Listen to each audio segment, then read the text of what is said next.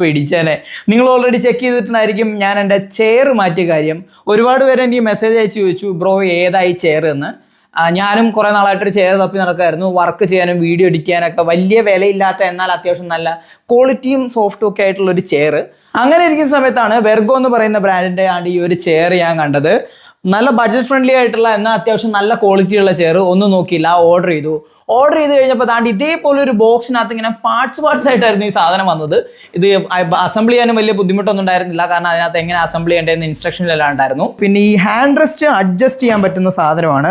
അതുപോലെ തന്നെ ഈ ഹെഡ് റെസ്റ്റ് അഡ്ജസ്റ്റ് ചെയ്യാം. അതുപോലെ ഇതിനകത്ത് 3 പൊസിഷൻ ലോക്ക് വരുന്നുണ്ട്. അതായത് 90 ഡിഗ്രിക്കും 135 ഡിഗ്രിക്കും ഇടയിൽ നിങ്ങൾക്ക് താണ്ട് ഇതേപോലെ ഇങ്ങനെ ലോക്ക് ചെയ്ത് വെച്ച് ഇങ്ങനെ ചാരി ഇരുന്ന് റിലാക്സ് ചെയ്യാൻ പറ്റും. ഇതിങ്ങനെ ലോക്ക് ചെയ്യാൻ വേണ്ടി ലിവർ റിലീസ് ചെയ്തിട്ട് താണ്ട് ഇങ്ങനെ ചാരാം, എന്നിട്ട് ഇത് തന്നെ ഇങ്ങനെ ലോക്ക് ചെയ്ത് വെച്ച് കഴിഞ്ഞാൽ ഇത് അവിടെ ലോക്കായിട്ടിരുന്നോളും. പിന്നെ നിങ്ങൾക്ക് ഇത് റിലീസ് ചെയ്തതിന് ശേഷം ഇങ്ങനെ മാറ്റാവുന്നതാണ്. പിന്നെ ഇങ്ങനെ ഫ്രീ ആയിട്ടും ഇങ്ങനെ ചാരാനും പറ്റും. പിന്നെ ബ്രീത്തബിൾ ആയിട്ടുള്ള മെഷാണ്, അതുകൊണ്ട് തന്നെ ഇതിനകത്ത് എയർ കയറി പോകുന്നതുകൊണ്ട് ചൂടെടുക്കത്തുമില്ല. പിന്നെ ഗ്യാസ് ലിഫ്റ്റ് ഉണ്ട്, അത് കാരണം നിങ്ങൾക്ക് ഇതിങ്ങനെ ഹൈറ്റ് കുറയ്ക്കാം.